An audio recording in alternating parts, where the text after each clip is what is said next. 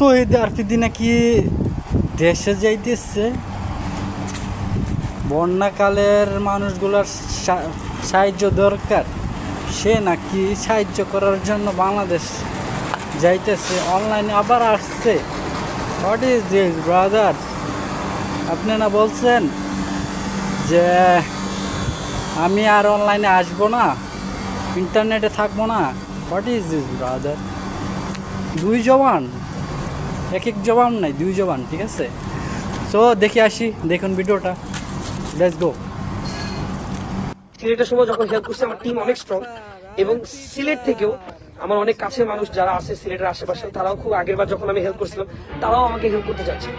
তো এই জন্য অফকোর্স বলবো যে আমি আসতেছি দেশে, আপনারা টেনশন করবেন না, আমি যতটুকু পারি অফকোর্স আমি এইটা পারি এবং প্রমোটও করবো যাতে অন্য 10টা ইনফ্লুয়েন্সার যাতে আসে।